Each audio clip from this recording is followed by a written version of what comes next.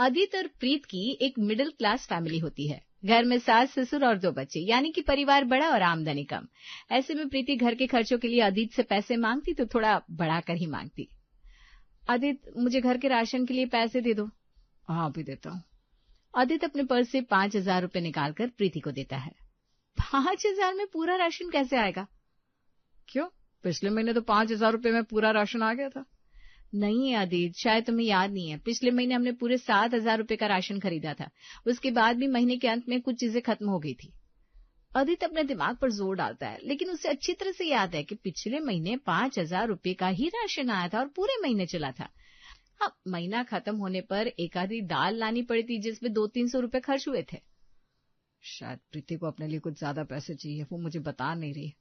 हो सकता है उसे अपने लिए कुछ खरीदना हो। ये भी हो सकता है शायद उसे ब्यूटी पार्लर जाना हो। वैसे उसके महंगे शौक तो है नहीं, इतना तो बनता ही है। कोई बात नहीं, दे देता हूँ पैसे। ऐसा सोचकर वो प्रीति को 2,000 रुपए और दे देता है। ये लो प्रीति, 2,000 रुपए, अब तो पूरा राशन आ जाएगा ना? हाँ हाँ, अब सब हो जाएगा। दूसरे दिन प्रीति पैसे लेकर बाजार जाती है और राशन लेकर आती है। कुछ दिन के बाद अदित, मैं क्या सोच रही थी, बच्चों के स्कूल बस में पूरे 5,000 रुपए खर्च हो जाते हैं, तो क्यों ना मैं बच्चों को खुद ही स्कूल छोड़ आया करूं। अरे लेकिन तुम बच्चों को स्कूल छोड़ने जाओगे कैसे? पैदल जाऊंगी। इनकी स्कूल मुश्किल से हमारे घर से 2 किलोमीटर है। बच्चे इतना तो पैदल चल ही लेंगे। मेरी भी वॉक हो जाएगी और मेरी बॉडी फिट भी रहेगी। स्कूल बस के पैसे भी बच जाएंगे।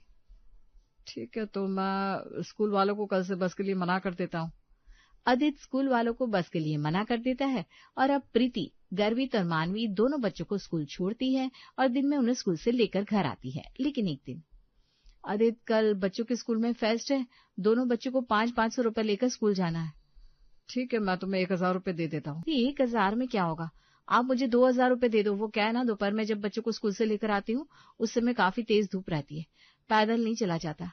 मैं सोच रही थी क्यों ना आपसे दोपहर के वक्त ऑटो कर लिया करूँ, मुश्किल से महीने का 1,000 रुपया खर्चा आएगा। हाँ, ये तुमने बिल्कुल ठीक कहा, दोपहर के वक्त कड़ी धूप में आना बहुत मुश्किल है। तुम ये 2,000 रुपए रखो और अब से आते समय ऑटो ही कर लिया करना। हाँ ठीक है। प्रीति उन 2,000 रुपए में से 500-500 रुपए दोनों बच्चों को देती है और बाकी के 1,000 रुपए अपनी अलमारी में रख देती है। दूसरे दिन जब वो बच्चों को स्कूल से लाने के लिए घर से निकलती है तो अपने साथ 2 छाते रख लेती है। इस छाते से मैं खुद भी धूप से बच जाऊंगी और बच्चों को भी बचा लूंगी।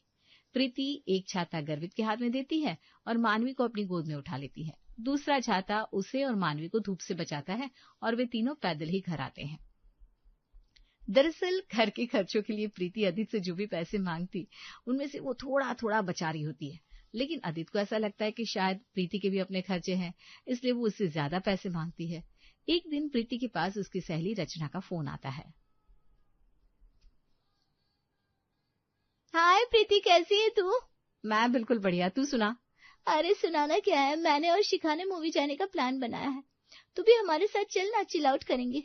अरे नहीं यार रचना, घर में बहुत काम है, मम्मी जी, पापा जी, बच्चे, सबकी देखभाल करनी है। तुम दोनों चले जाओ, मैं नहीं आ पाऊंगी। क्या यार, तेरा हमेशा का यही नाटक है। अरे घर तो हम भी संभाल रहे हैं, कुछ घंटों की बात है। कल शाम 5 बजे घर से आना और रात के 10 बजे घर चले जाना। अरे इस बीच रात का खाना कौन बनाएगा, बच्चों को होमवर्क भी तो कराना है। तेरे घर वाले तेरे बिना एक दिन मैनेज नहीं कर सकते क्या? घर वाले मैनेज कर लेंगे, लेकिन मैं उन्हें ऐसे छोड़कर नहीं जा सकती यार। प्रीति रचना से फोन पर बातें कर रही होती है। अदित उसकी बातें सुन लेता है। दूसरे दिन प्रीति अदित से 2,000 रुपए मांगती है। अदित देखो ना, मम्मी जी की वॉकिंग स्टिक टूट गई है, एक नई स्टिक लेनी पड़ेगी, तुम मुझे 2,000 रुपए दे दो, मैं खरीद कर ले आऊंगी। अदित उसे 2,000 रुपए दे देता है और मन ही मन सोचता है कि शायद प्रीति इन 2,000 में से कुछ पैसों को अपनी सहेलियों के साथ खर्च करेगी, उनके साथ घूमने जाएगी, क्योंकि वॉकिंग स्टिक तो 800 से 1,200 में आ जाती है। कोई ना, अगर प्रीति खुद पर थोड़े पैसे खर्च भी कर लेती है तो क्या हो गया, सारा दिन घर का काम ही तो करती है, इससे अपने लिए फुर्सत कहाँ मिलती है। अच्छा, इसी बहाने थोड़ा दोस्तों से भी मिल लेगी। इधर प्रीति बचे हुए पैसों को दोस्तों के साथ घूमने फिरने में खर्च ना करके उन्हें सेव कर लेती है। कुछ दिन बाद अदित, बच्चों का नया सेशन शुरू होने वाला है, उन्हें नई कॉपियां किताबें चाहिए, साथ में स्टेशनरी का सामान भी लेना होगा। आओ तो ले लेना, इसके लिए पैसे चाहिए होंगे ना। अच्छा, कितना पैसे चाहिए? यही कोई 10,000 रुपए की जरूरत पड़ेगी। 10,000 रुपये? सुनते ही अदित चौंक जाता है। 10,000?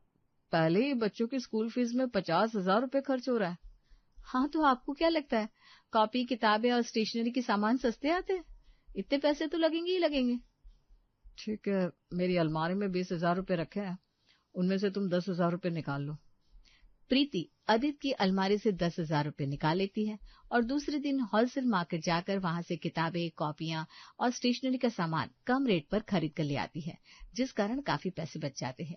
इसी तरह से कल्पना कभी घर के लिए चादर, पर्दे, सोफा का कवर खरीदने के लिए एक्स्ट्रा पैसे मांगा करती, जिसमें से आधे से अधिक पैसे वो बचा लेती थी। न जाने कब कैसा दिन देखना पड़े, ये पैसे हमारे बुरे दिनों में काम आएंगे। इसी तरह आदित्य के मम्मी पापा भी उससे पैसे मांग लिया करते। होता यह है कि 8 साल के पोते गर्वित का जन्मदिन आने वाला था। कल्पना, परसों हमारे पोते गर्वित का जन्मदिन है, हमें उसे कुछ गिफ्ट देना होगा। हाँ, गिफ्ट तो देना ही पड़ेगा, उसके साथ मानवी को भी कुछ देना होगा, नहीं तो दोनों बच्चों में झगड़े हो जाएंगे। लेकिन हमारे पास पैसे तो है नहीं। अरे कोई बात नहीं, मैं उदित से पैसे मांग लूंगी, थोड़े पैसे तो वो दे ही देगा। लेकिन हिसाब से ही पैसे खर्च करना। हाँ हाँ, हिसाब से ही तो पैसे खर्च करूंगी, मुझे पता है हम मिडिल क्लास वाले लोग हैं। आदित्य की जितनी सैलरी है उसी में पूरे परिवार का खर्च चलाना है हमें। शाम को जब आदित्य ऑफिस से घर आता है तो कल्पना उससे कुछ पैसे मांगती है। आदित्य बेटा, मुझे तुझसे कुछ बात करनी थी। हाँ मम्मी, बोलो ना, क्या बात है? आपकी और पापा की दवाइयाँ खत्म हो गई है क्या? अरे नहीं बेटा, हमारी दवाइयाँ तो अभी पूरी है, तूने पूरे महीने की दवाइयाँ लाकर तो दी थी।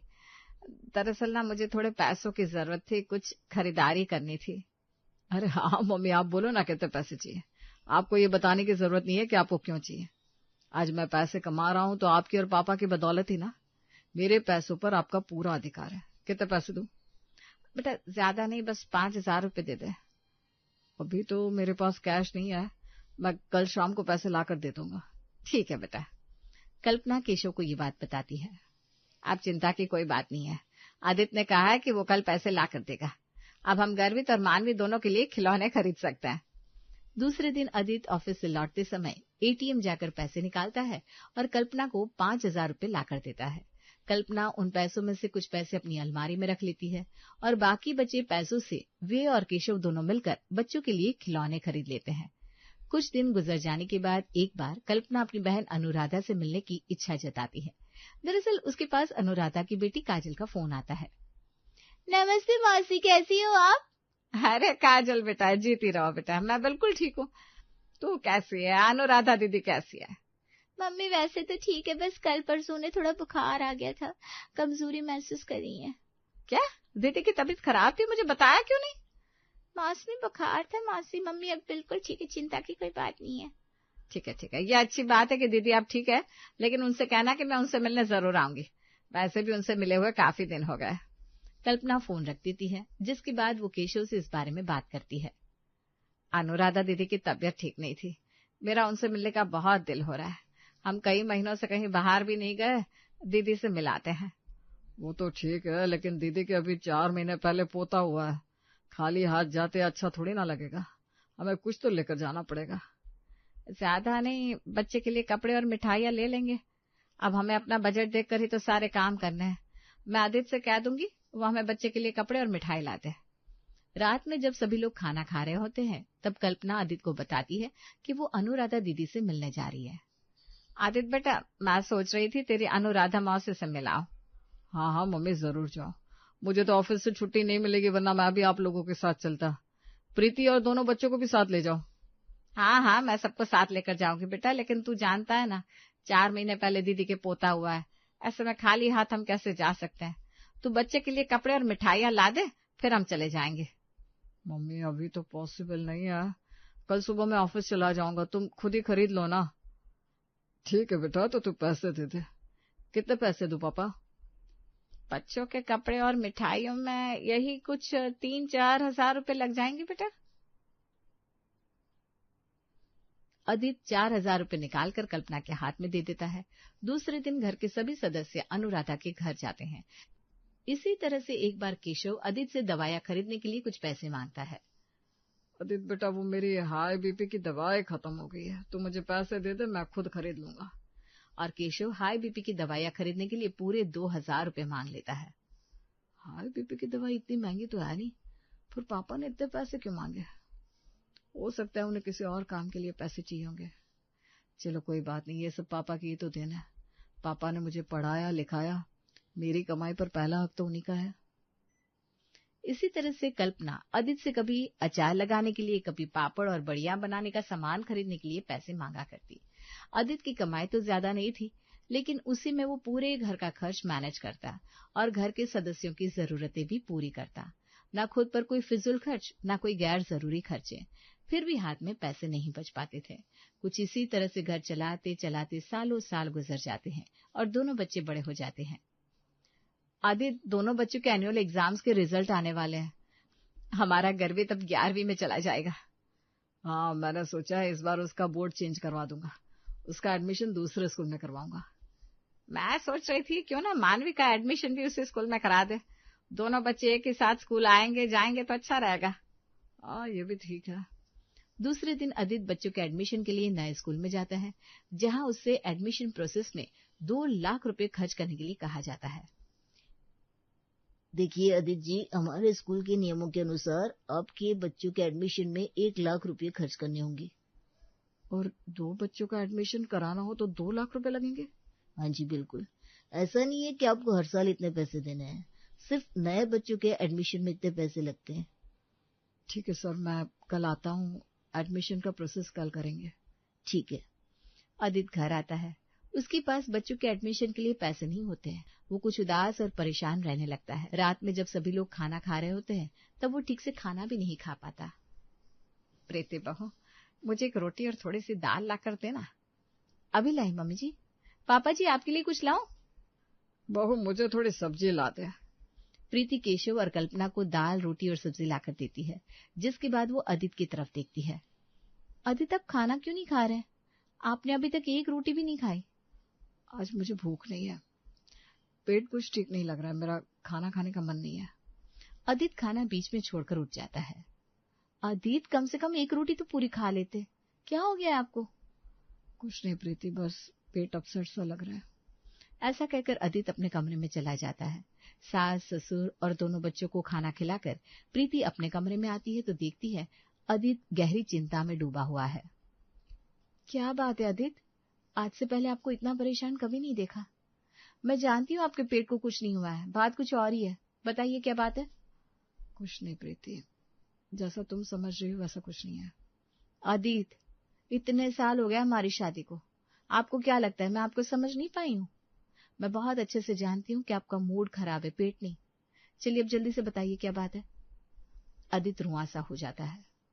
प्रीति, हम अपने बच्चों को अच्छे स्कूल में नहीं पढ़ा सकते। क्यों नहीं पढ़ा सकते? क्योंकि मेरी कमाई इतनी नहीं है कि मैं उनकी पढ़ाई अफोर्ड कर सकूं, ना ही मेरे पास कोई सेविंग है। आज जब मैं बच्चों के एडमिशन के लिए नए स्कूल में गया था तो वहां प्रिंसिपल ने बताया कि नए बच्चों के एडमिशन में 1 लाख रुपए लगेंगे। हमारे दोनों बच्चों के एडमिशन में 2 लाख रुपए लगेंगे। अब तुम ही बताओ, मैं इतने पैसे कहाँ से लाऊंगा? मेरे पास तो 200 रुपए की भी बचत नहीं है। जो कमाता हूँ वो कहाँ खत्म हो जाता है कुछ पता ही नहीं चलता। आज तक 1 पैसा नहीं जोड़ पाया। आपको किसने कहा हमारे पास कोई सेविंग नहीं है और हमारे बच्चे महंगे स्कूल में नहीं पढ़ सकते? जरा 1 मिनट रुकिए।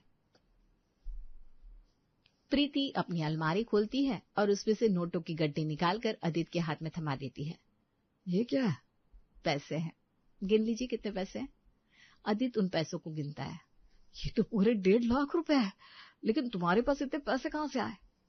मैं आपसे घर खर्च और बच्चों की किताब कॉपियों के लिए जो पैसे मांगती थी, ये पैसे उसमें से ही बचा है। ये आपके ही पैसे हैं। क्या? मुझे तो लगता था तुम अपने लिए पैसे मांगा करती थी।